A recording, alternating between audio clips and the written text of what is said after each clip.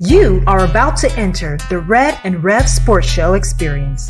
Get ready for some real sports talk from some real sports fans who were real sports athletes who have sports knowledge.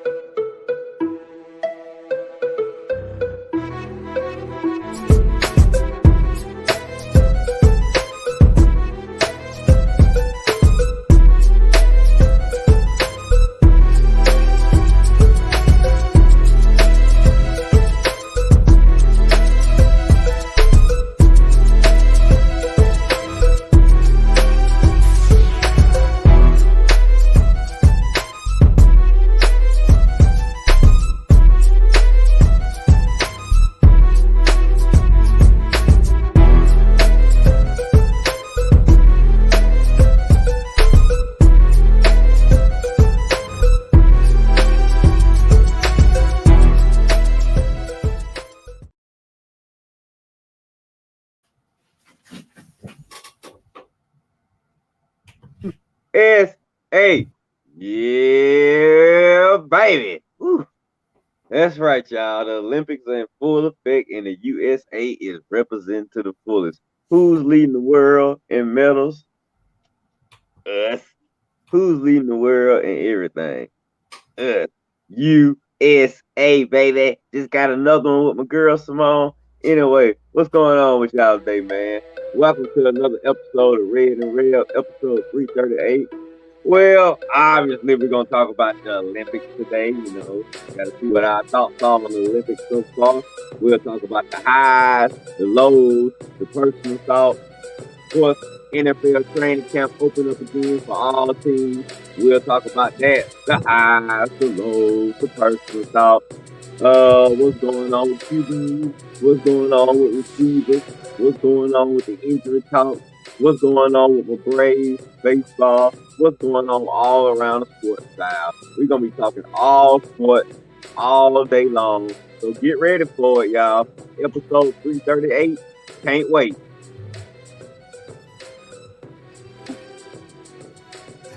What's going on, everybody? Welcome to another episode of the Red and Rev Sports Show. Red and Coach coming to you live from the ATL Show. While Rev is coming to you live from the East Coast, specifically Coatesville, Pennsylvania. We come to give you real sports talk because we are real sports fans. We're real sports athletes who have what, gentlemen? Real sports knowledge. So hang out with your boys, Red, Rev, and Coach for episode 338 of the Red and Rev Sports Show. And as is our sports custom, we now turn our numbers attention to our numerologist, Coach Patrick Thomas, to give us someone that deals with those three digits, 338. What do you have for us, Coach? Good morning, everybody. Well, guys, I'm going to throw y'all off this morning, way off. And I'm going to be honest. I'm going to be transparent. Ain't nobody with 38 that was popular. So I came up with a 338. Today is August 3rd. It's the 3rd. And guess what? The host country in the Paris Olympics, France, has 38 medals. That's not the 338. August 3rd, 38 medals for the host country of France. That's all I got. That's all I got. I'm glad I said something in addition to someone. Yeah. That is definitely something. I mean, nobody won 38. That was important. Nobody. Nothing. I mean, the only person was Ramondre Stevenson, and who's going to remember him in the Hall of Fame? Nobody. So it was a reach today. Red, your thoughts on 338 representation? Well, nice to know Coach gave so much thought to number 338, Coach. We appreciate the thought. Seemed like it took you a while to come up with that. Seemed like you put some heavy thought into that one. Hey, like I say, we appreciate the thought, even though sometimes the execution may not be all there. But hey, you say, he said France has 38 medals. Yep. And it's August the 3rd. Yep. Well, he got creative, so that means he did try Google at least one or two times. And nothing came up. Man. I mean, I looked through the 38s. Nobody. They said Kwame Brown wore for a minute, but who cares about Kwame Brown? Whoop-de-doo. All right. Well, we're going to move on because we're not going to spend our whole show dealing with 38 when nothing comes of it. So let's welcome Revenite Nation. We got some Revenite Nation chiming in already. Let's see. Winston from the Eye Test. What's going on, brother? He's saying, what's going on, fellas? Chat, smash that like button. Y'all share. Thank you, sir. We appreciate you. Good morning, Jerry. Glad to have you as well. The VP is in the building on time, slamming down the hammer to begin a Marvel-like episode of the Red and Rev Sports Show. Thank you so much with the Avengers reference. Coach. Somebody about to get you, Coach. Curt Schilling. Now, I'll give you a pass if you say I couldn't think of him because he's had some shady remarks in the past, some things he shouldn't have said. I can give you a pass, but Curt Schilling was a baller. He's shady, though. The VP said Coach's numerologist effort was akin to telling the team. My dog ate my homework. Wow. Wowsy, woo. Well, as Winston from the Eye Test said, come on, let's share this broadcast. Let somebody know what you're watching on today. We look forward to giving you a great show. As always, we got Couple more comments. Let's see. Let's see. They're coming in. Good morning to you, Miss Harris. Glad to have you. Good morning to you, Danae Rosser. Good morning to you, Maurice Thrower, the Prime Minister. Let's see. The VP said, PM Thrower, let's go. All right. Let's see. Any more comments before we move on? Jerry Martin said, Shady Shillings. Mr. Bloody Dante chiming into your point, Coach. My 38th NFL player on my countdown was Andre Ellington. That number was a struggle. Thank you. Dante says, good morning, good people. 38's bloody sock just into the chat. Oh, God. All right, well, hit that share button. Let somebody know what you're watching on today, and we're going to proceed with the show, giving you our dope nope and cope moments for this week. So, Coach, we'll start with you. What are you doping on? Of course, easily my dope moment goes to one. There's so many, but my dope moment goes to Blake Snell, who decided he was going his coach didn't take him out like the Pittsburgh coach. He had thrown 108 pitches. He said, let him go. And he went on and completed the no-hitter last night against the Reds. And it was fitting he got out. The last out he got was from one of the better players in baseball, De La Cruz. But Blake Snell gets my dope moment. Oh, yeah. Fred, who you doping on? Oh, okay. 1 second, fella. I was looking at the Olympics tryout. My dope moment goes to, I guess I'll give it to, since we probably talk about Simone, I'll give it to the United States of America for winning their 3,000th gold medal during this Paris Olympics, which is now a world record 3,000 gold medal, the best in the world, United States of America, USA, number one in gold medals, and it keeps counting, baby. So that's my dope moment, representing my country as they have represented us as winning the most gold medals ever in the history of the Olympic Games. There is no one better. Number one, USA. Excellent. Absolutely excellent. I am going to dope on the Atlanta Braves last night, doing something that we rarely see, which allowed them to tie the game against the Miami Marlins and then eventually win the game. What did they do? They had a man on first base, Merrifield, to pick up from the Philadelphia Phillies, bunted the man over. Soler comes up, hits a base hit, single, and the Braves score the tying run playing small ball.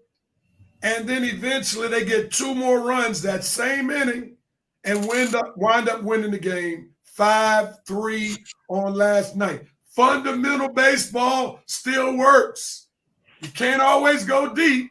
Sometimes you got to go small. And the Braves went small last night, which ultimately caused them to win the game. And now I think they're only 5.5 games back or 5 games back of the Philadelphia Phillies. That's dope. That's dope. That's dope. Yeah. All right, Red, what are you noping on? Who am I noping on? One Detroit receiver, Amon St. Brown, who had the audacity and the nerve to go public and tell folks that Atlanta Falcons fans suck. Why? Because you came and played in the stadium one day and the fans were all hanging out in the lobby instead of sitting in their seats. And now you got the nerve to say that the Falcon fans suck. Who the heck do you think you are to tell me my fans suck with your Detroit Lions playing? Boy, who you think you are? Because you got one good season in Detroit and y'all fans show up Finally, because y'all finally do some winning over there. You got the nerve to tell me my fans suck. Well, look here, home, but why don't y'all make a Super Bowl run before you start worrying about Atlanta fans?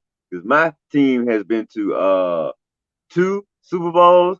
Your team has been to 0 Super Bowls. So Amon St. Brown, why don't you worry about Detroit fans and make sure y'all don't disappoint them this year from being a one-hit wonder last year if y'all don't win again this year? Because that division is getting tougher and tougher, baby. So worry about your team, Amon St. Brown. Glad you got your little money. Not interested in you on that Netflix special. I fast forward all your scenes, especially after what you just said.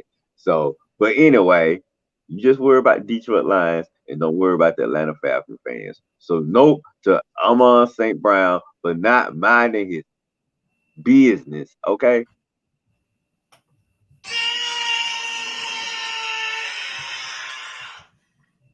All right, I'm noping on the baseball team that I live closest to now, the Philadelphia Phillies.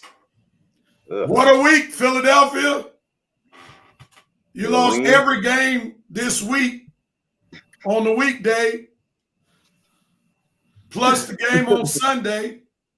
So you're on a 5-game losing streak. That's dope for Atlanta Braves fans, but that's a note for you Philadelphia Phillies fans who are about to jump off the ledge. So keep on losing. Keep on doing what you're doing, Philadelphia Phillies. You don't want to be the best team in the major leagues. Seems like you don't even want to be the best team in the NL East. So if you don't want to do it, the Braves, even injured, will gladly take it from you. So keep on losing. Don't stop. No. That's my note moment. No! Coach, what are you noping on? I'm noping on one Noah Lyles, who ran his race and finished second. It's not that he finished second, is that he said he underestimated the field and he kind of slowed up, but he still qualified. Noah, you can't afford to do that, sir. You got some world-class guys coming at you, dog. They want to beat you. And you slacking up and giving a semi-lackluster effort in the 100. I know it's just a qualifier, but still, you got to come out and do your thing if you want to be recognized as the fastest man in the world. So Noah Lyles, for that little half-hearted effort, you still finished second, but you should have won easily. You get my note moment. Oh, come on! All right. I'll move into our cope section. I'm coping with the fact that football season has started, but we got some more weeks before we move into real football with the real players playing. So I'm not too excited about seeing the backups or those guys fighting to be on the roster. I can't wait till we get to the real football, meaningful football where the games count. So that's my cope moment for this week. Coach, what are you coping with? My cope moment goes to the young lady, I can't remember her name, who has to fight Imani Khalif. As we know, Imani Khalif is the young lady who's come under controversy for being transgender, whatever it is, but they still gonna let her box. So I'm coping with the next young lady. She is gonna box, and hopefully she can get through it, and everybody can get through that fight. Because they said she hit like a man, but they said she's not a man. But anyway, hopefully she won't get knocked out too silly. I've seen some before, but that's my cope moment.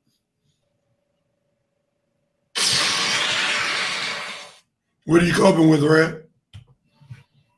Okay. Well, what am I coping with this week? Well, not me, but one, Jonathan Owens. Sir, from this point out, you will have to cope with that your new name is now Mr. Simone Biles. From here into the end of time, okay?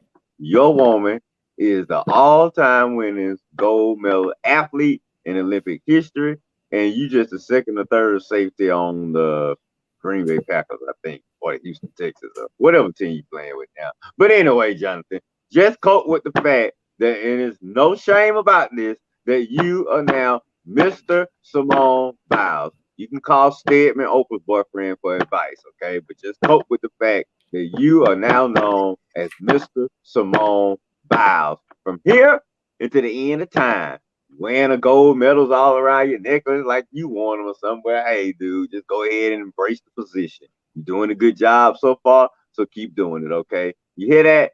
Congratulations, Mr. Simone Biles.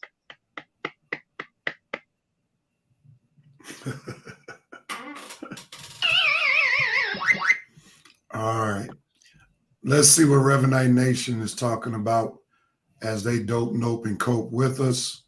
Feel free to put your comments if you haven't already done so. And we're going to put you up in just one moment. Maurice Thrower. Say I'm giving 2 dope moments to Katie Laddicky and Simone Biles for their gold performance in their respective sports. Jerry is doping on Simone Biles becoming the Olympic gymnast with the most gold medals. The VP is doping on Simone Biles winning gold again. She's an American fixture. Definitely an icon. Her story is Oscar worthy and should be on screen one day. Sister Harris is doping on who else? Simone Biles is on the verge of another gold medal in vaulting with 15 plus just waiting for the lesser competition to finish. VP says, small ball, get back to the basics, brave. Maurice Thrower, seeing that just made me roll my eyes. We'll get it done today. Go Marlins. You're down, man. Y'all just sold the whole roster, and you still go Marlins. Levi from the Coltsville area said, Rev, you out of pocket on my Phillies. I'm in it, brother. I'm in it, man. Winston is doping on the Lakers unveiling Kobe's girl dad statue on 8/2/24. I'm surprised that wasn't Red's dope moment right there. The VP noping on the chair umpire for blatantly calling the ball out on Coco Golf, which was clearly in, and Golf passed up on the return as this cost her a point. It's prompted Golf to explode emotionally. She eventually lost the match 7-6, 6-2. Coco Golf, those chair umpires don't like you and will never like the likes of you. You're the new rising black star after the Williams sisters. Handle your business. You don't expect assistance from them. Handle your business, but continue to stand up. Winston says, I'm noping on the media trying to make the Algeria woman boxer to be a man. Jerry is coping with Iman Khalif punching hard like a man, looking like a man, but is a woman. Maurice Thrower is noping to Jason Woodlock's words as Biles led her squad to the team gold and won the all-around gold medal. Run and tell that, brother. Biscuits. VP says facts, Red Rose. He is Mr. Simone Biles. The Green Bay Packers are changing their home football programs right now. Sister Harris is saying it's official. Simone just got another gold. And Maurice Thrower is validating what Sister Harris just stated. Congratulations, Simone, on another gold. You did that, young lady. Oh, yeah. Good job, Simone. Yeah. All baby. right. Thank you, Revenite Nation, for your dopes, your copes, and your mopes, if you will. Hey, All right. I was Yes, waiting sir. on yeah, baby. Oh, you wanted that one? Let me see if I got it. Here we go. Woo-hoo-hoo! No. That's The not one it? with the woman. Yeah, baby, for Simone Biles. All right, man. I'll have to find it Okay. next week, man. All I'm right. sorry to disappoint you, bro. All right. Let's move into this Olympics talk. Coach and I had a chance to talk some Olympic talk earlier this week on the Sports Roundtable.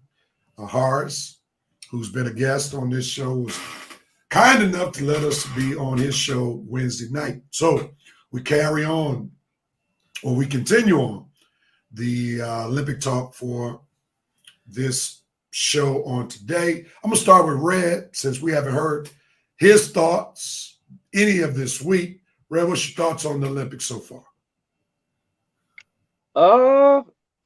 Nothing but praise. Nothing but praise for our American athletes so far. I mean, they're representing as best you can for most of the events that they were favored to be in. Even some events that we didn't expect them to compete in.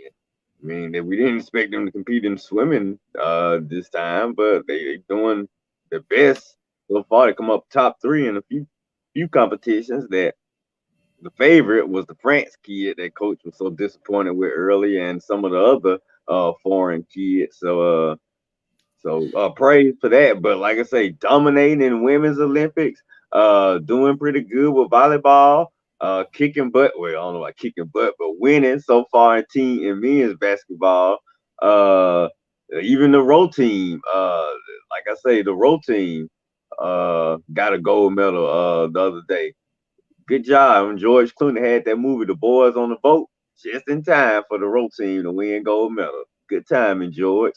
So far, I'm trying to think what other competition caught my mind. As well, like I said, I was looking at the volleyball competition. I did like that.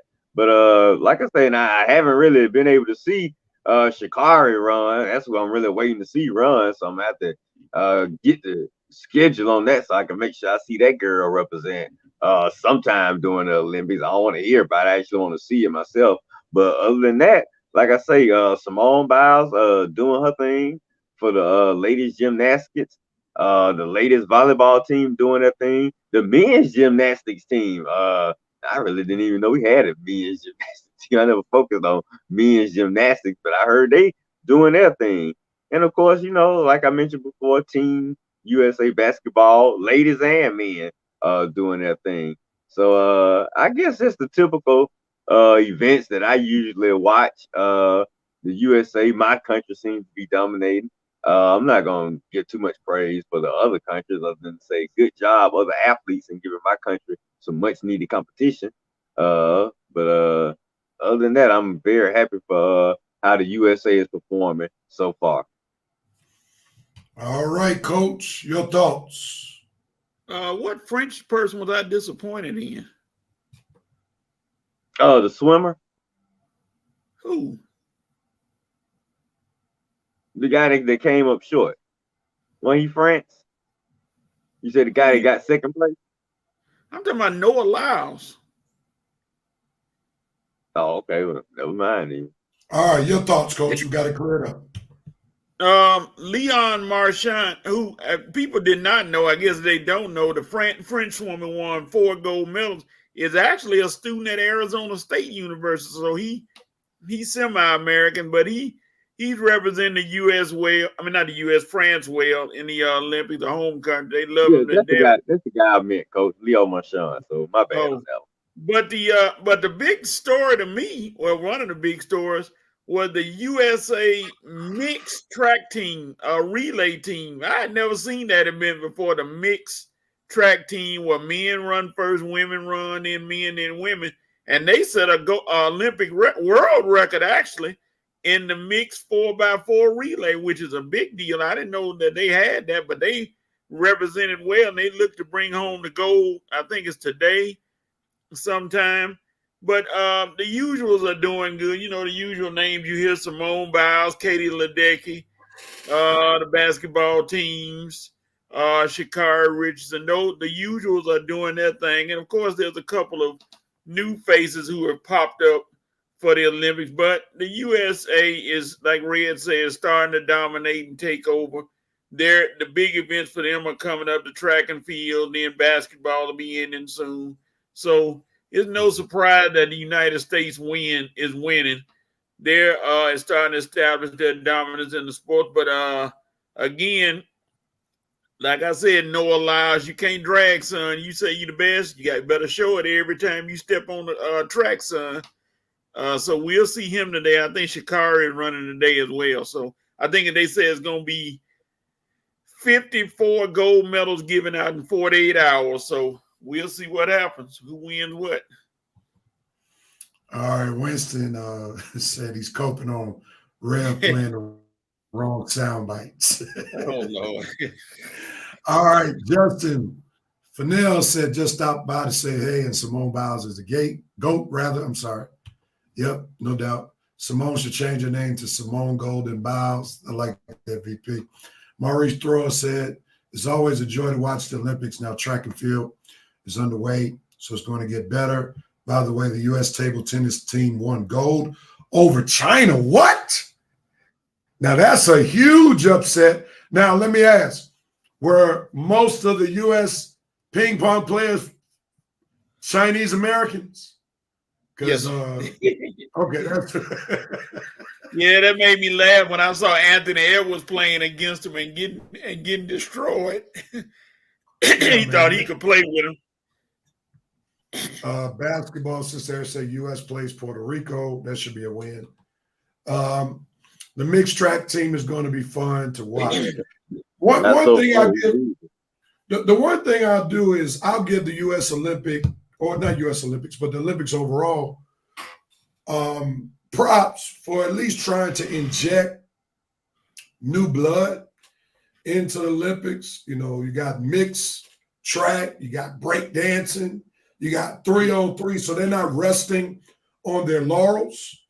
They're trying to implement new events, so they're seeking to keep the Olympics from being stale. So I give them big ups for that. You know, I haven't really watched a whole lot besides basketball and a little gymnastics, but I got to give them credit for trying to infuse new blood, especially probably to attract a new generation. So I got to give them mad props.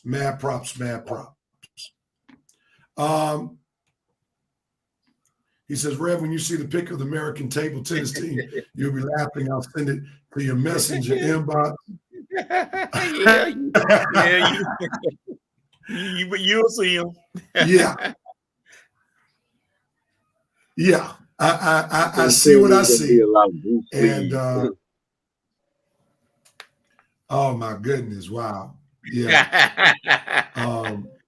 If I were using my Apple laptop, I could post it quickly. But yeah, all of them, let's say they're from Chinese descent for sure. All right, so that makes a lot of sense on how they were able to win. So what y'all saying is we got a lot of so you said we got a lot of Northwestern Americans on the team. Yeah, for sure. Yeah, we'll post it on the Red and Rev short sports page for sure. Maurice said NBC needs to show more volleyball and less of Snoop Dogg. Come on, man. All right. Here we go. Let's move on. Snoop been doing his thing, man. I can't believe it, man. He is really crossed over. I give him props, man. No doubt. I think we have a Armani Newsom sighting. Hello to you, sir. What's going on? Armantis. No doubt about it. All right, gentlemen, let's move on to the next topic at hand. Simone Biles, Olympic GOAT or sports GOAT? Interesting question, and we want Reverend Ignatius to feel free to chime in on that question. Coach, I'm going to start with you. Is she the Olympic GOAT or the sports GOAT all together? What says you? Olympic. She's accomplished a lot in her particular event, and she's won a lot of medals. Michael Phelps has won 23, so it's hard to beat that goal. But she is doing her thing as far as the Olympics, as far as gymnastics. It started out, everybody was talking about Dominique Dawes. Then they talked about Gabby Douglas, but you got to put her name at the top of any list. And that includes a lot of greats in gymnastics, such as I date myself and go back Nadia Comaneci and Mary Lou Retton and those girls who were great gymnasts back in their days. But you cannot talk gymnastics without Simone Biles being at the top of the list. As far as the overall GOAT, I wouldn't say that, but I mean, she has revolutionized her sport and made her sport must-watch TV because of her. Because anytime she takes the stage or gets on the vault or the horse or whatever, everybody's tuning in. So she's the Olympic GOAT of her sport. I'll say that. No doubt. All right. I was about to see, Coach. I was about to check you for a second, but you cleared yourself up because initially you said she was the Olympic GOAT, and then you clarified it by saying she's the Olympic GOAT in her sport. I got you now. Because you had made mention of Michael Phelps when you initially said she was the GOAT in the Olympics, but then you clarified it because I was about to say she can't be the GOAT in the Olympic GOAT if you bring up Michael Phelps's accomplishment. But again, thank you for clearing up what you stated by saying she's the Olympic GOAT in her sport, which will be gymnastics. Reggie, are you in full support of what Coach just said? Yeah, I am. She's definitely the Olympic GOAT for women's gymnastics. Okay. She's not the overall Olympic GOAT. She's not the sports GOAT. Okay, because she's only performing once every 4 years. So you can't be a sports GOAT. I can't compare her to GOATs that play their particular sport year round. And she only comes around every 4 years. Now, I understand she's training and whatnot and getting prepared, but the facts are the facts. I mean, I couldn't even give Michael Phelps the sports GOAT of all time, even though he might be the Olympic GOAT. Couldn't give him the sports GOAT because he only performs once every 4 years. So, like I say, definitely the greatest women gymnastics Olympian ever. And she definitely deserves her flowers and praise on there. Coach brought up Mary Lou Retton. I remember Mary Lou Retton on when she used to be on Hollywood Squares. Then I saw her again in the movie Scrooge with Bill Murray. I didn't realize, man, she was so I think she was the Simone Biles of her time. Is that true, Coach? Mary Lou Retton? Yeah, she was the most decorated gymnast back in the days. Because she won mostly almost the same medal, not all of them, but most of the medals Simone Biles won. Oh, okay, yeah, I remember. Yeah, she's like I say, I remember her getting all the praise back in the 80s. Like I say, I remember her the TV appearances and whatnot. I wasn't even sure why she was getting them. I just knew she was an Olympic athlete, and this was before I was even watching. So I remember the name Mary Lou Retton. Like I say, I remember the appearance on Hollywood Squares. God, Simone, I wish Hollywood Squares was still around. I'd be anxiously awaiting your appearance. And who knows, maybe you can get a few film roles, but whatever. The point is Simone is still the definitely the women's gymnastics GOAT of her time. Not the sports GOAT, not the Olympic GOAT, but being the women's gymnastics GOAT and representing the USA as she's done so far, that's definitely an honor to be praised. All right, I'm gonna go into some comments from Reddit, Revenite Nation. Sister Harris is giving us updates on the score. Puerto Rico is up on the U.S. team 30-25 at the end of the first quarter. Maurice Thrower says, yes, Simone Biles is in another stratosphere within the sport. However, we can include her in the conversation with the Olympic GOATs such as Phelps, Usain Bolt, FloJo, and others. The VP said you can't say gymnastics without thinking of Simone Biles. She competes in other world championships and is definitely ready by the time the Olympic Games comes around. Also, Maurice Thor says Katie Ledecky is in the Olympic GOAT conversation too. She's doing her thing in the pool as the most decorated female swimmer. Now, since we're talking about GOAT talk, neither one of you all said Simone Biles is the GOAT of the Olympics, nor is she the GOAT all time in sports history. So let me just ask you all this question as I turn the corner. Who is your sports GOAT? And why? Ooh. Yeah. Who is your sports GOAT and why? Oh.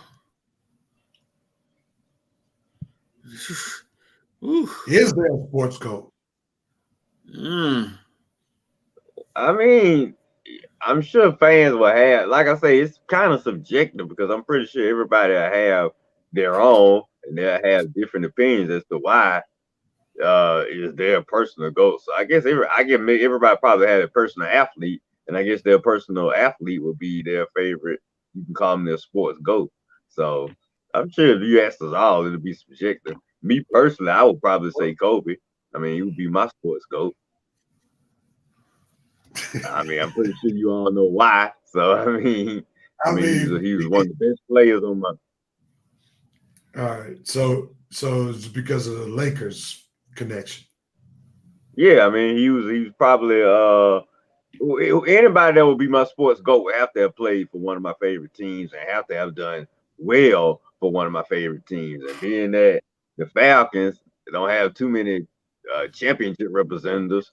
I mean, if you want to look Braves, I could say Chipper Jones or maybe one of the pitchers, Greg Maddux or somebody. But I mean, Kobe won 5 rings for my Lakers. I mean, he was definitely around when I came up in my generation. And it was just an honor to watch him play. Like I say, he's definitely one of the NBA GOATs, definitely my favorite player. So and then when I think about the top 3 sports, he would definitely be my favorite athlete to represent all the athletes I think about being my favorite. It's him will be number 1 because he represents everything I love in an athlete. Championship, leave it all on the court. I mean, play your best every game, win championships. Like I say, live or die at the game. Like I say, just a warrior, an athlete. Like I say, I'm not trying to get to the big slurping contest, but you did ask the question. So I mean, if I had to think of my sports GOAT, it would be Kobe. Let me ask you this: how many people would put him as the GOAT of basketball? Probably just nobody. Oh, well, that's fine. Say nobody. You asked a personal question. I got you. You made that very clear in your introduction before you made your statement about how it's subjective, and we clearly realize you use your subjectivity towards teams that you root for. So nobody could be the GOAT if they are not part of one of the teams. Yeah, I mean, you think about the teams I root for: Falcons, Hawks, Braves, and Lakers. I mean, unless I say Chipper Jones, there's nobody on the Falcons that would match up to GOAT levels. There's nobody on the Hawks that would match up to GOAT levels. So it's either Chipper, Greg Maddux, or Kobe Bryant. I mean, you can say Magic, but I didn't become a Laker fan until Magic got his last ring in '88. So it kind of would be unfair for me to say Magic, being that he had accomplished most of his accomplishments when after I become a Laker fan. So that would be kind of unfair. I'm not gonna say Jordan, because I'm not gonna say Jordan because even though I look at him as the NBA GOAT, I'm not a Bulls fan. I didn't cheer for Jordan when he played. I was probably more so a Jordan hater because he was always beating up on the Hawks. So we got it, Red. We got it, Red. I'm gonna move the coach. We got it. We got it. Okay. We got where you come from. Coach, before you go, Coach, I want to let you know what Reverend Knight Nation has said. Maurice Thorne said for him, Kareem Abdul-Jabbar, Wayne Gretzky, and Edwin Moses come to mind. The VP said, I think single sports players have a harder go to their sport because they have no one to blame but themselves. You have to mention Tiger Woods, Serena Williams, Michael Phelps, Usain Bolt, Novak Djokovic, Muhammad Ali, Roger Federer, and Lewis Hamilton. And Maurice Thorne said, add Martina Navratilova, Vincent Woodruff. The VP also says we have to mix in the great team sports individuals such as Michael Jordan, Babe Ruth, Wayne Gretzky, Tom Brady. The GOAT of all sports will continue to be a subjective topic. Armani says, as much as I appreciate Kobe, you can't be a GOAT being a photocopy of someone else. And I guess he's referring to Jordan. All right, Coach, your thoughts. It's pretty much just been answered. It's hard to pick one overall GOAT when you have so many different names. We got that, Coach. Go ahead and choose your GOAT. We got that. Red laid that out by how hard it is. So once you just I can't choose one. Just one person. You can't choose one. It's just one person. Go ahead. Who's your one? If you had to choose. If somebody said, I give you $1 million to choose one, you wouldn't be saying, I can't choose one. You'll choose one to get that $1 million. So who are you choosing, Coach? I choose Kareem.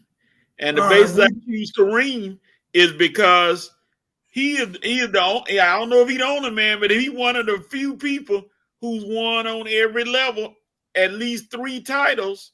He won 3 titles in high school, 3 titles in college, 3 titles in the pros. He won everywhere he played. I mean, every time he stepped on the court, he was a winner. So if I had to go with a GOAT, I'd go with Kareem. You made a compelling argument right there going with Kareem, no doubt. Yeah, that was good. Yeah, that's a great choice. Don't be scared. Man, that's a tough one. Armani says LeBron James would be my GOAT. Yeah, we know it, Armani. And Why Jameson Armani? Black says, "What's up, guys? What's up, Jameson? Joe Black, AKA Joe Black." So Armani makes a great argument for LeBron, and this is why I say that. What other professional athlete do we know that has dominated the sport for 2 decades? Not just play the sport, but dominate the sport.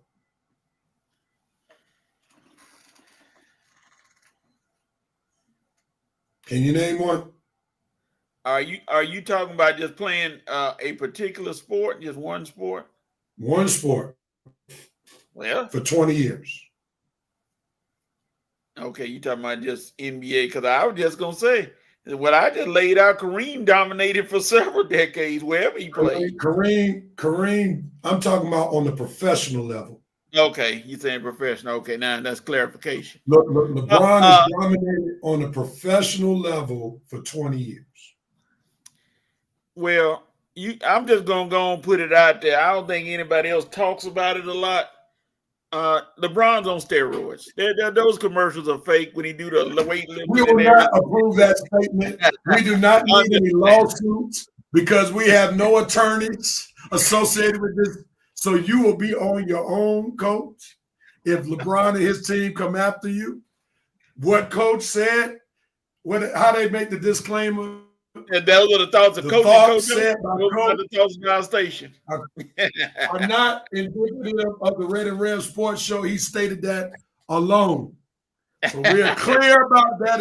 If Clutch Sports comes after Coach, they will not be coming after the Red and Red Sports Show.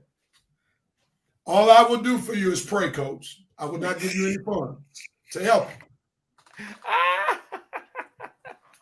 All right, Amani said, because I can remember seeing him play a lot younger than you guys, I don't remember Jordan much. Brady is a known cheater, which makes me question his integrity. Winston Thorne says, GOAT James.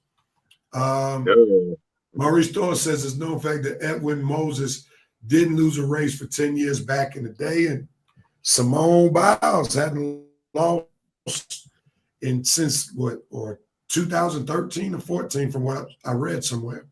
So, that's a great 10-year run. I'm asking once again, who has dominated this sport for 2 decades?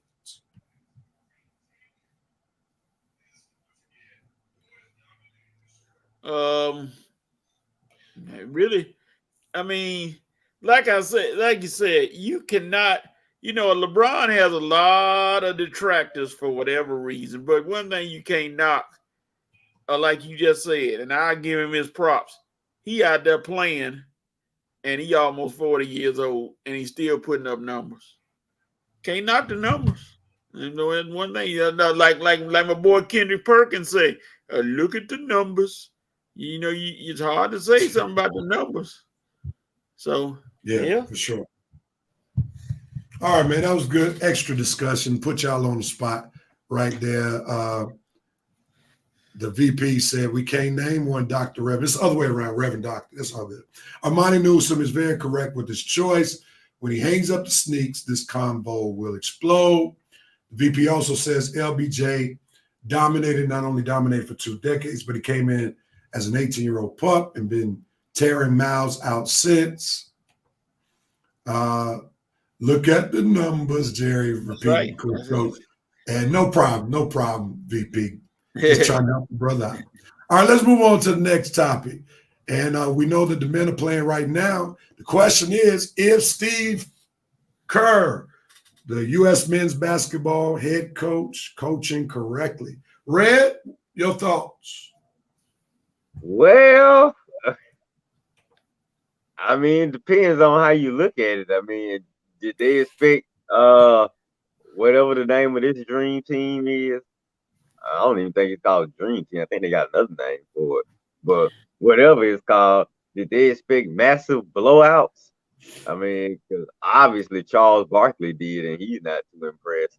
So, and then you got to think about the rotations. I've been hearing that folks are complaining about. I mean, you have Tatum sitting one game, you got Embiid sitting another game, and I'm kind of shocked because I would think Steve Kerr is a veteran, or at least used to having multiple star players or multiple, good players on his team, that he can manage the rotations very smoothly. But obviously this has been an issue since these games started. So is he coaching correctly? I mean, we haven't lost yet. So I mean, but I mean, is that how he's being judged? Or he's being judged on the comfortability.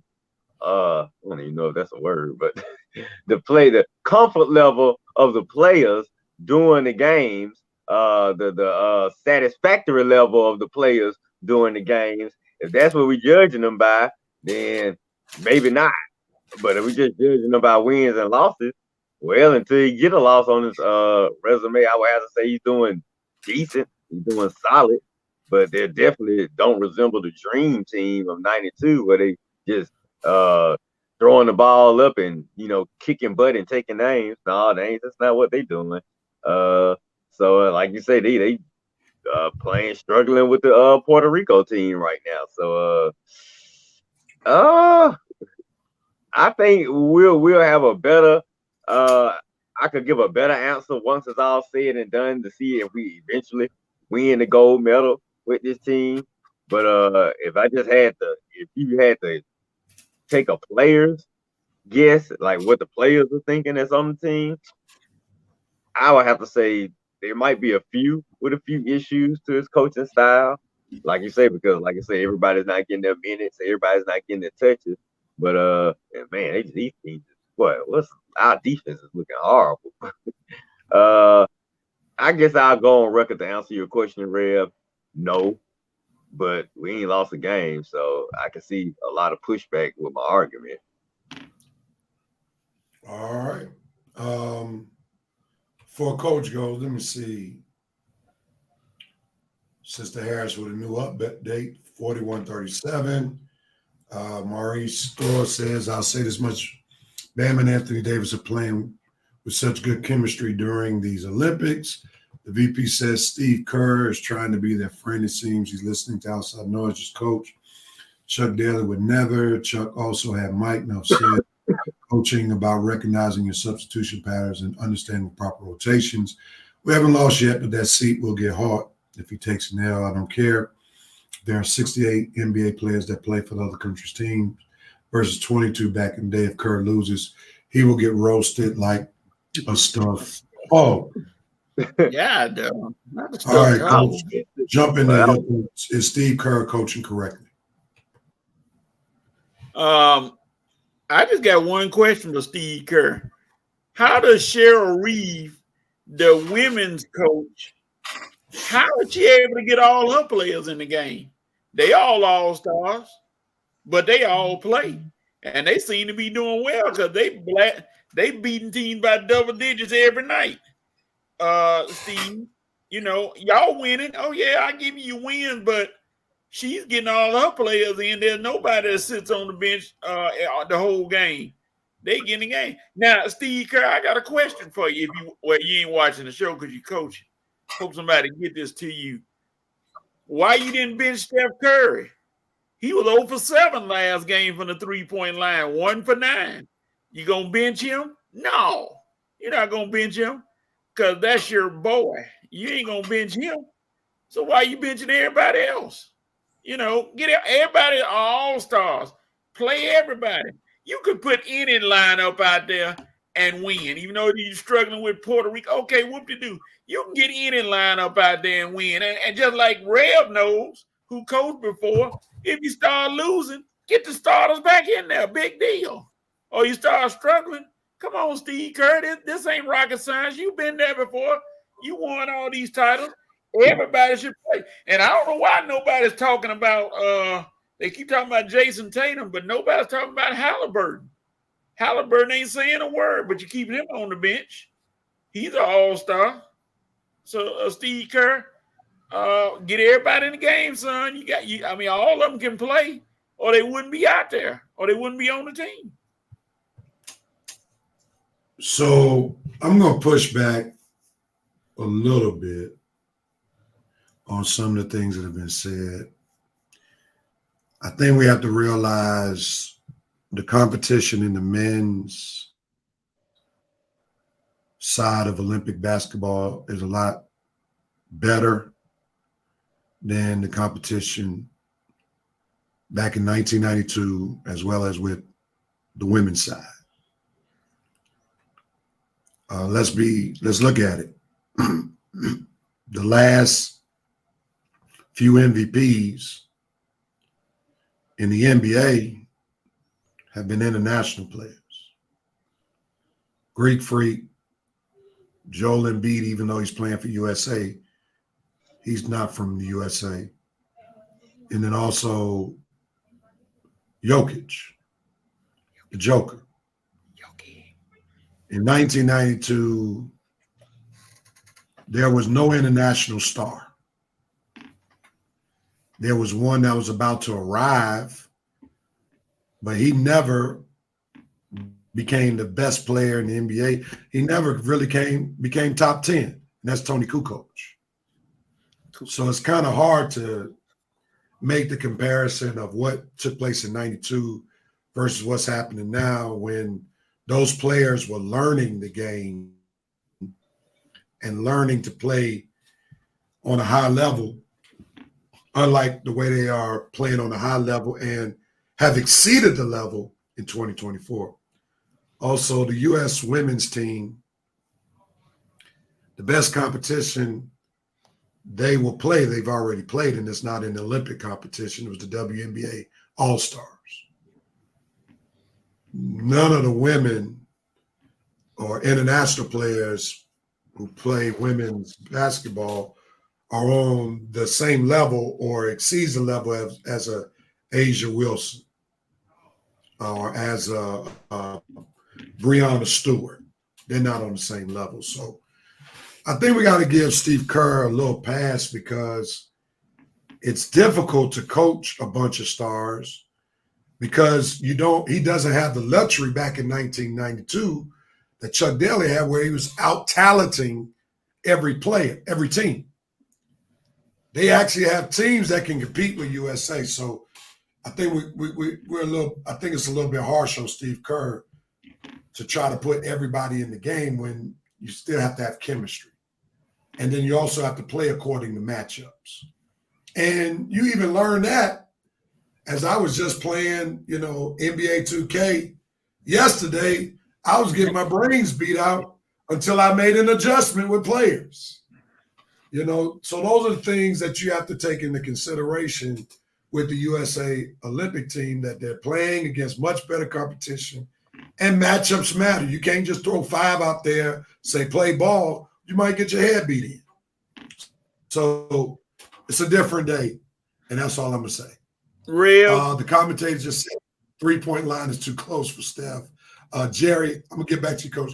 Kerr may be keeping Joel Embiid on the bench for a game because he's cognizant of his history of being injured. Maybe the Sixers chimed in and said, "Hey, keep his butt on the bench." Go ahead, Coach. Rev, when you play, you say you made adjustments. I'm just curious of the level of competition you playing against. Well, Kamunga's still my guy, I knew he would. but I don't have any other all-star on my roster except for Kamunga. And in real life, Kamunga's not an all-star.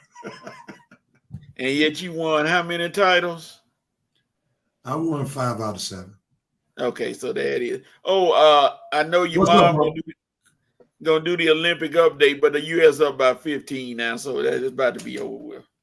All right, man. Let's pause right here. We're at halftime of the Red and Rev Sport. Halftime already? We're right at 12. We've been on for an hour.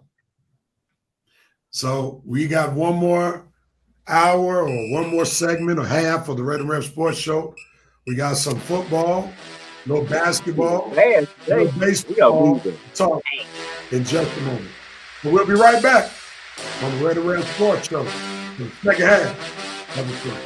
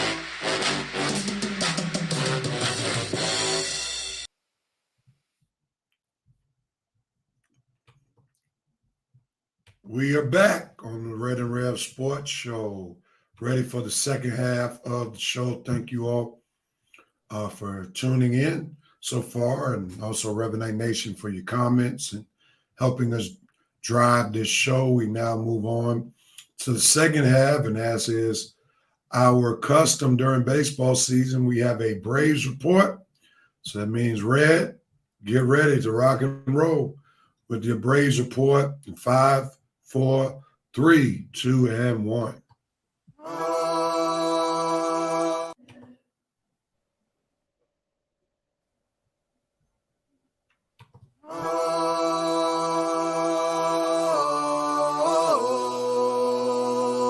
It's game time.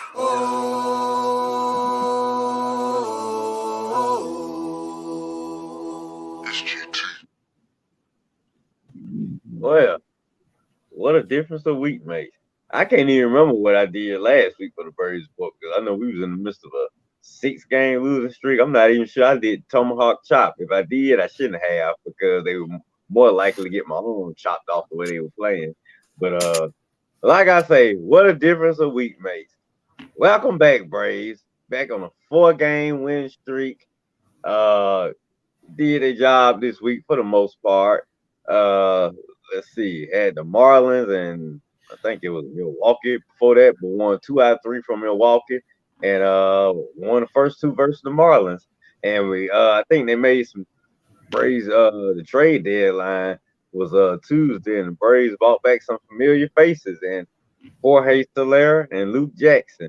Now, personally, I never wanted Jorge Soler to leave, but Alex Anthopoulos had different ideas. But you see, most of the guys he don't let go, he's already brought them back to the team. Adam Duvall, you let go, you bought back. Eddie Rosario, you let go, you bought back. Jose Solar, you let go, you bought back. Luke Jackson, you let go, and you should have stayed gone, but you brought him back too.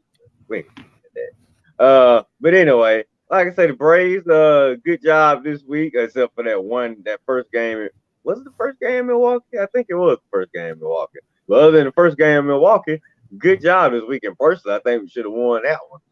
We had the lead. I don't know what happened late in the game, but anyway, good job, Braves. I see our offense is trying to get back to the 2003 standards, at least home run wise anyway.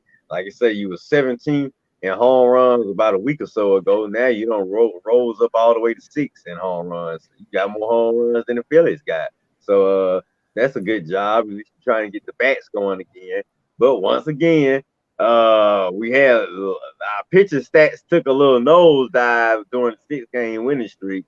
But we're back to where we need to be. Number 1 in ERA, number 1 in home runs allowed, number 1 in runs allowed. So number 1 in tied for number 1 in shutout. So Braves, as great as our hitting was last year, our pitching is just as good this year, and it's still leading the way for us. So let's go. We need that's what we need. We need the pitching to carry us. But as long as the bats can represent a little and the pitching represent like it has been all year, the Braves are gonna be okay. Like Rev mentioned earlier, the Phillies for some reason are just struggling. They choking, you know what, off right now. And I am so pleased to talk all about it. I'm so happy to see them struggling. They got beat down last night by the Seattle Mariners, 10-2. That's right. It's nothing that pleases Red more than to see the Phillies losing. To see all the Philadelphia team losing. You see what's going on with the Phillies right now? Eagles, your time is coming too. And I can't wait. But anyway, we talking baseball right now. And right now, the Phillies are struggling and the Braves are heating up. Now, personally, I would have loved to have gone to the playoffs as a wild card. But hey, Phillies, if you don't want it, like Rev said, if you don't want it, our injured riddle Braves, we'll take it then. Okay, if you don't want to win the division, we'll take that too. So, like I say, the Phillies are struggling, the Phillies are diving, and the Braves are rising. So, hey, nothing pleases us Braves fans more than that.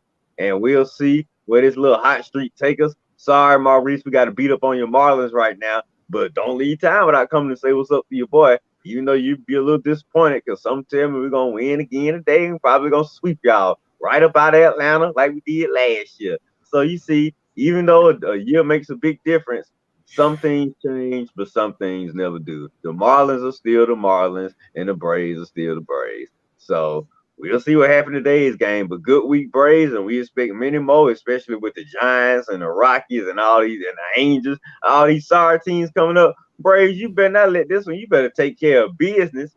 No excuses. This team is good enough to take care of that type of business right there.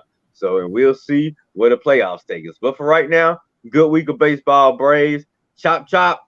Oh, most home runs in the month of July in the National League, the Atlanta Braves. Well, I would have never thought that way them bats were performing a few weeks ago. But, hey, Braves knocking the ball out the park and doing our thing. So let's keep it up. Coach, let me ask you the question. Did the Braves do enough with the trade for Soler and Luke? Nope, not even close. But hey, those are 2 pickups. I thought they would go out and get another established pitcher.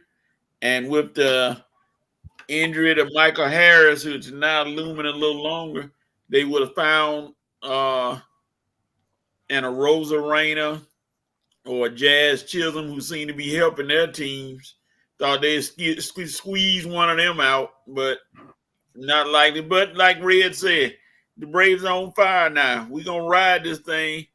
And they looking better. The hitting is starting to come around, the big bats. And just like you alluded to earlier, they bunted the ball and got a run to tie the game. So that means they may be shifting toward the small ball.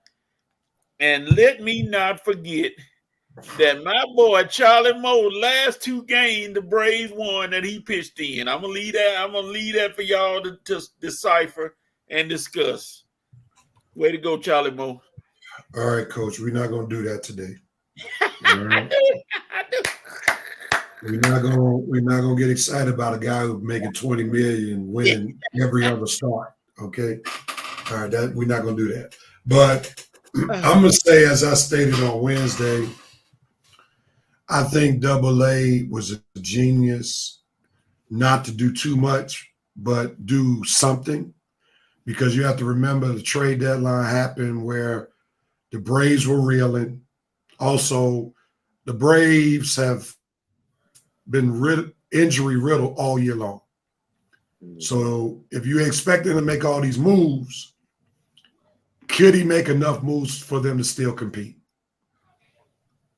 And that's my thing. Like, he had a sense of nostalgia, brought Soler back, 21 World Series MVP. Luke knows the culture. I was never a big fan of his, but he did something to at least say, I want to try to make a run. But I realize that, even with the moves I make, I may have to literally give up the farm in order to get enough pieces to really compete. I think with the emergence of Schulenbach, you got Lopez, Sale, and you're hoping Free comes off the injury list. To be honest, the pitching is better this year than it was last year. So I can see him not wanting to give a lot from the farm to get another starting pitcher. Plus, you're hoping that you get Strider back, because we have to remember how AA rolls. He rolls based on team control. Those are the kind of players that he wants, unless he's renting a player. And he's like, I'd rather get players that I can have more control over. Like Soler is going to be on the team until 2026. So he already is envisioning 2026, because I already see that after the Braves pick up the option on Ozuna, it's very likely Ozuna won't be on the team in 26. And he already has Soler to replace him as the DH. So, Right. AA oftentimes is playing chess rather than checkers. And if he had tried to make too many moves this year, he would have just been playing checkers. But he's looking 2-3 years out. When he gets all his players back healthy, I got to still have a place for Soler, and I can make him a DH. I can platoon him next year with Clinton. So, AA is always ahead of the game, and I'm going to trust him this year with these moves. Anybody want to comment in closing on this topic? Yeah, I definitely respect him looking down the line in the future, because that definitely makes sense. You got Soler on the contract for 2 more years. You got Ozuna for 1 more.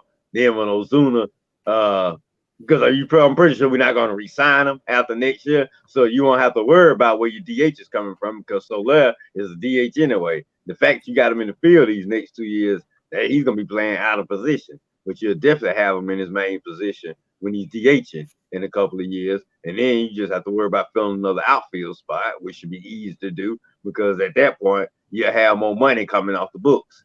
Definitely not going to be giving Uncle Charlie another $20 million.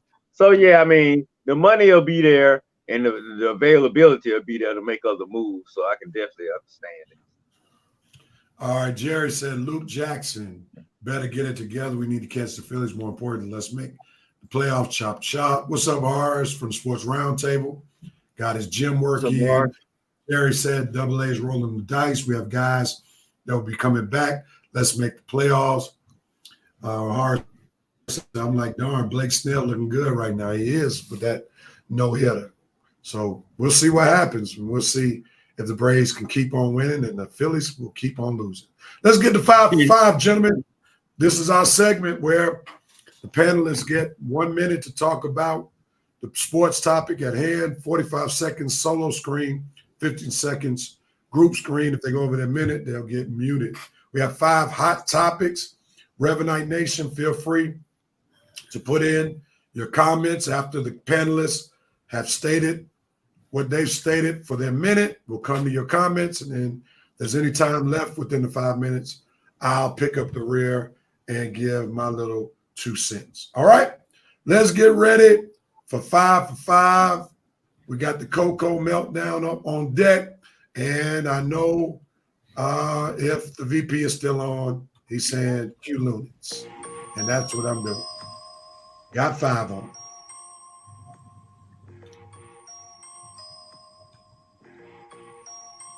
And there it is.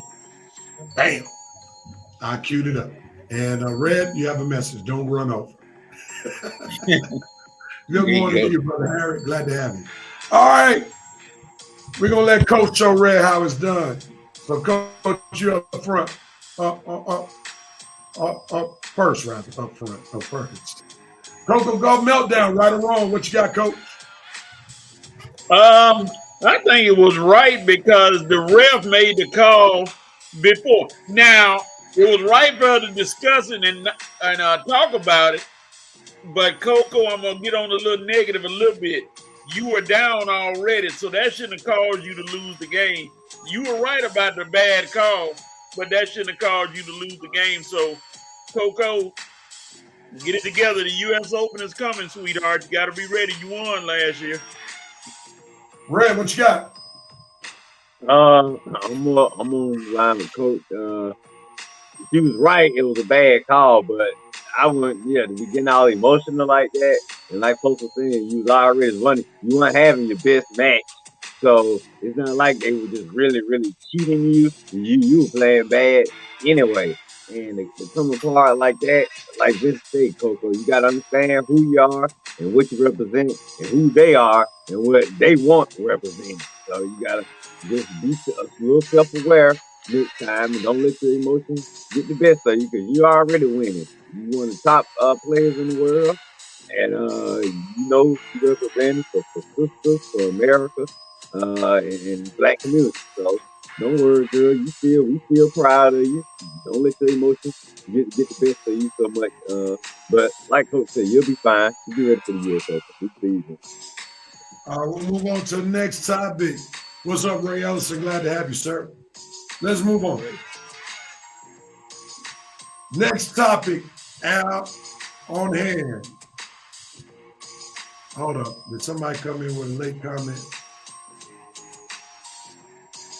VP says her meltdown was the culmination of years of bad calls. She was wrong on this one. Got to be tough because they don't like you. At the point of your meltdown, you were losing. 7-6 and 4-3. Your loss was coming. Just be tough in the future. Nothing but love for you, young lady. All right. Thank you, VP. Yeah. Moving on to the next topic. NFL special teams rules. The new kickoff. Do you love it, like it, or hate it? Before that, Jerry says, composure's key. Coco needs to learn to have ice water in her veins. Thank you, bro, Jerry. Good comment. Please post your comment a little sooner before we go to the next time. That'd be real helpful. But nevertheless, thank you. Go ahead, Red. What you say? I guess I don't love it. I don't hate it. I guess I kind of like the NFL trying something new, trying to make the kicking game a little exciting or entertaining. I guess they're copying the XFL or these other league mottos.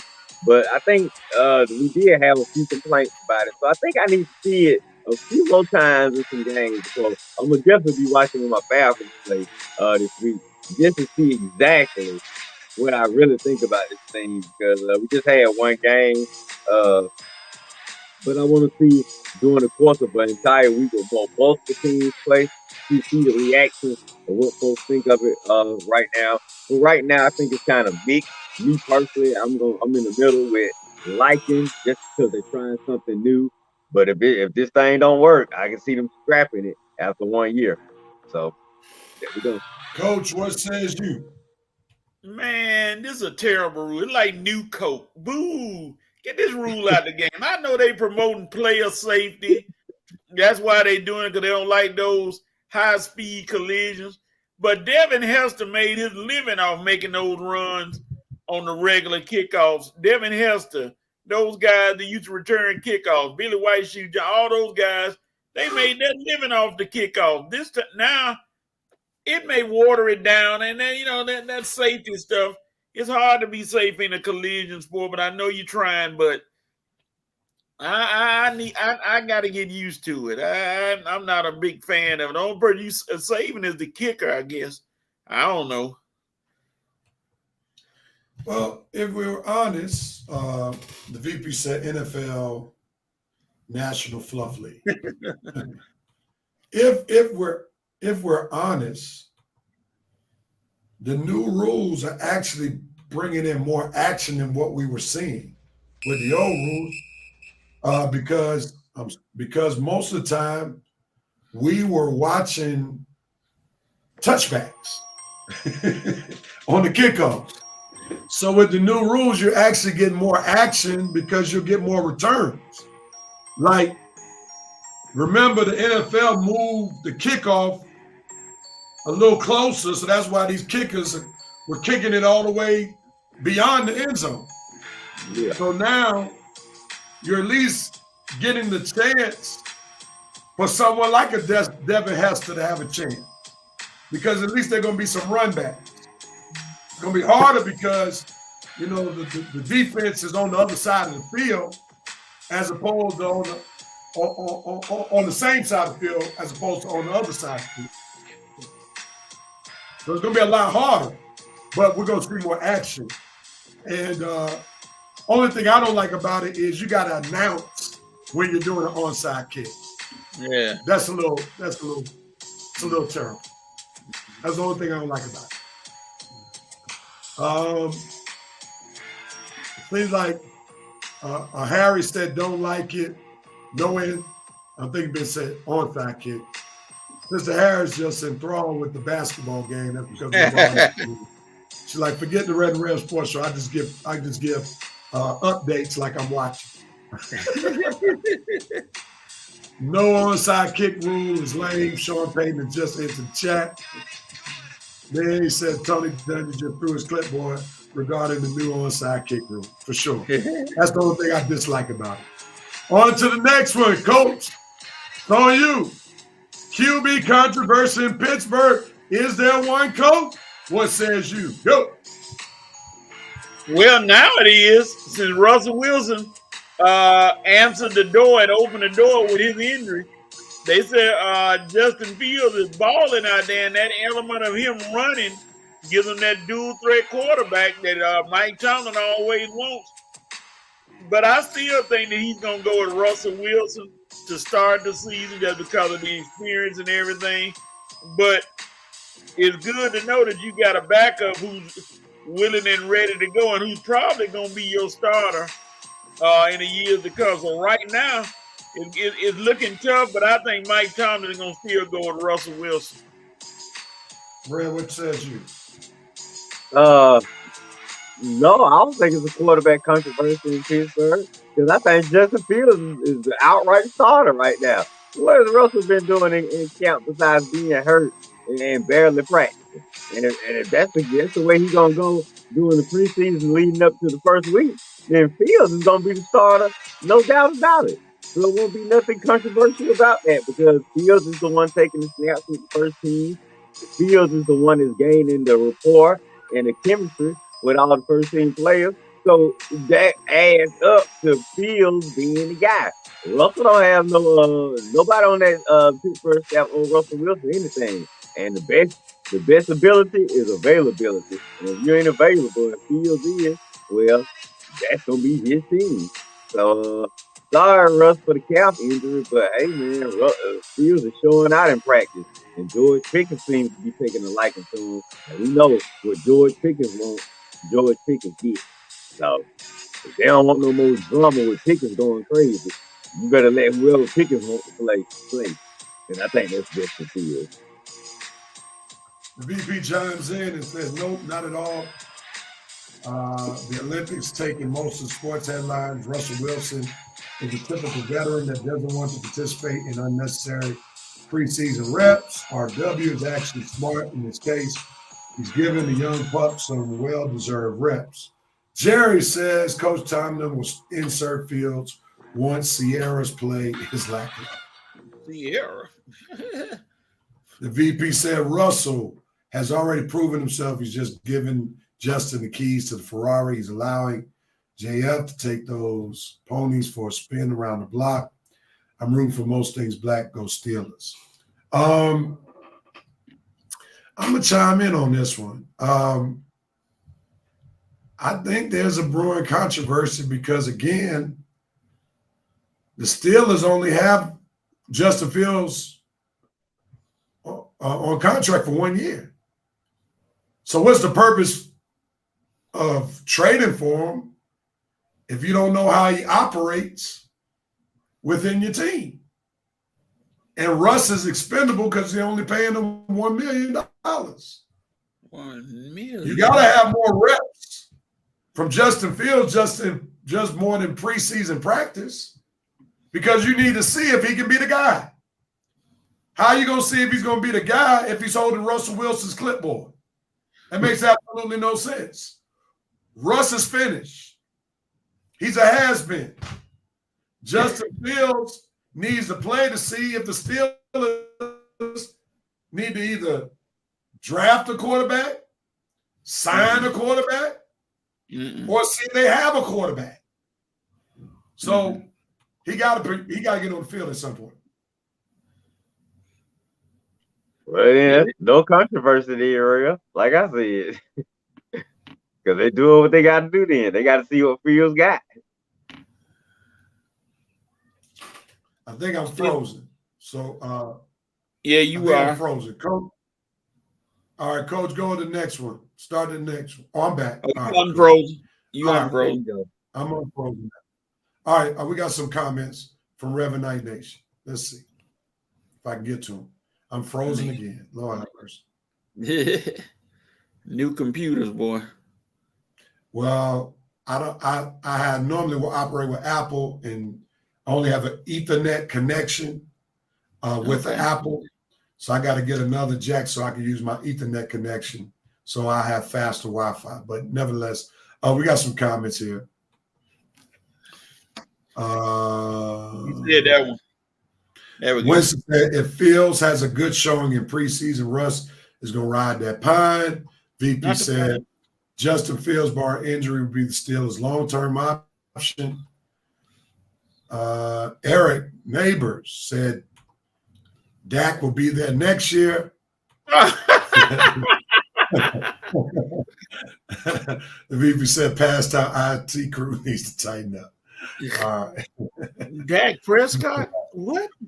Man, the Steelers ain't paying him no $60 million. No, and this no. All right. Somebody will. We got some drama with Mr. Aaron Rodgers and Garrett Wilson. What do you all have to say about Aaron Rodgers versus Garrett Wilson? What you got, Red? It's probably nothing.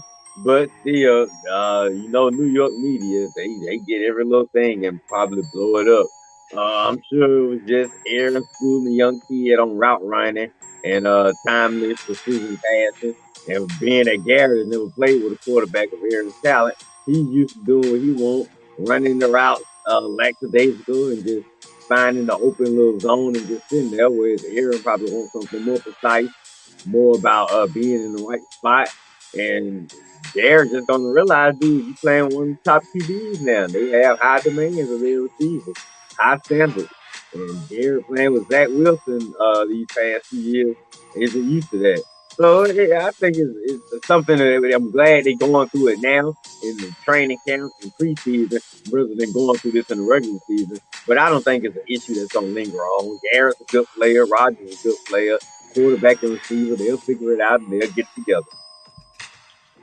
Coach, what says you? Non-story. Just like players fighting in training camp. It happens every year, so They just talking there. Both of them are going to be professional because they realize that they got a lot to lose this year as Jets players. Because if the Jets don't win this year, they're going to be lambasted, beat up. So they just were yakking, had a little discourse and moving on. No big story. Coach says no big deal. All right. Winston from the eye test says Aaron can't tell that man about running his routes when Aaron won't practice with the team, egocentric at his best. Good point. Good Aaron point. Rodgers crazy. They don't know that by now. Good point. All right. We got another versus coming up. Keyshawn Johnson versus KD. Yeah. Man, what's really going on? What says you, Coach? Go. Me, Sean, are you trying to get back in the news or something? Leave KD alone. KD is not bothering you. I mean, look at I always like to go to the championships, Keyshawn, and you just trying to get a news story. KD told you what he had to tell you, and he moved on. You need to move on. Bye.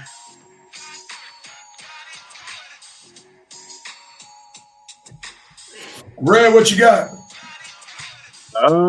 Personally, I don't think it was that big an issue. I think KD overreacted as usual. Keyshawn was just reporting on the game that KD had the night before when he played at those 23 points in the Olympic game, and KD for some reason took it personal.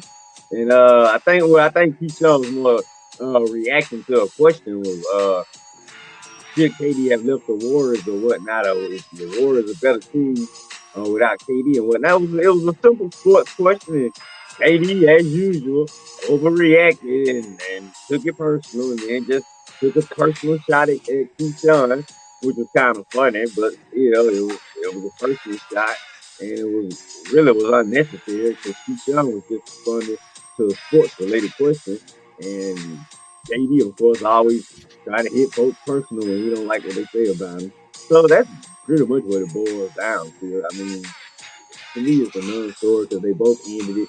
KD didn't respond again after Keyshawn said what he said on Undisputed. So I think it's over with. All right, let's see what Revenant Nation might be adding to this. Eric says KD needs to stop with the rabbit ears. He also says, Skip, gonna have y'all talked about that. We talked about that a while ago. Winston says Keyshawn trying to draw up attention now that Skip is left. He wants to chop top share on Undisputed. KD is a much better player in basketball than Keyshawn was in football. I call foul on Johnson. Jared said, I don't like when people play the relevant game. Interesting comment. All righty then. That concludes our 5 for 5 segment on today, and we have come to the end of the Red and Rev Sports Show episode 338. Roll. Flew by like it was nothing. Yeah, no doubt about it. This show really flew by. I just don't see how it flew by like that. We had all these topics, but hey. But Dante said Keyshawn apologized to KD for comparing him to a 75 player all time. KD needs some milk, man. All right. Like KD just overreacted to me. For sure. All right, gentlemen, y'all know how we do it to conclude the episode. Who has the right to do what, when, where, and how? Who wants to have it first? I guess I'll go. All right, Falcon fans, we start preseason this week. Falcons, you have the right there. Let's get through this preseason. You know the deal. All our impact players in check. No major injuries. Remember, these games don't count. The ones in September do. So let's see what we got, but let's not get anybody seriously hurt while we seeing what we got. So good luck to you in preseason, and let's stay MASH free. All right. before Coach goes, going back to the KD thing, VP said KD's allowing a bunch of shots to interfere with his brainwaves. Ignore the noise. All right, Coach, you had, let's see. We have an Olympic update. Khalif just won her quarterfinal match, so she's guaranteed a medal. So, Coach, what you got to say, man? Who has the right to what, where, how? Noah Lyles, I'm gonna stay on you. You had the right to finish your drill and win the 100 and the 200. Again, you make the big time claim you the fastest man on earth. They gonna make you prove it. So, Noah Lyles, I look to be talking about you next week. I'll actually give you my dope moment if you go on and win next week. You probably will, so I'll get ready. Is he American, Coach? Noah Lyles, yeah. All right. Oh, you talking about the runner, right? The sprinter. Yeah. Uh-huh. Okay. The guy that was talking about the NBA players. Yeah. Uh-huh. All right. The Atlanta Braves, you have the right to continue with your winning ways, and Philadelphia Phillies, you have the right to keep on with your losing ways. So all right, it is all right with me. Well, gentlemen, now it's time to put a bow on episode 338. We want to thank Revenite Nation for helping us with episode 338. The VP was representing for the officers. Maurice Throw, the Prime Minister, was representing, and everybody else. We thank you all. Feel free to share this broadcast with someone else. Invite somebody into the Revenite Nation to join us in the weeks to come. Well, that's it for episode 338. Have a wonderful weekend. Keep yourself away from any hurt, harm, or danger. My brothers and sisters of Revenite Nation, we are officially out. Have a great day, everybody. Peace.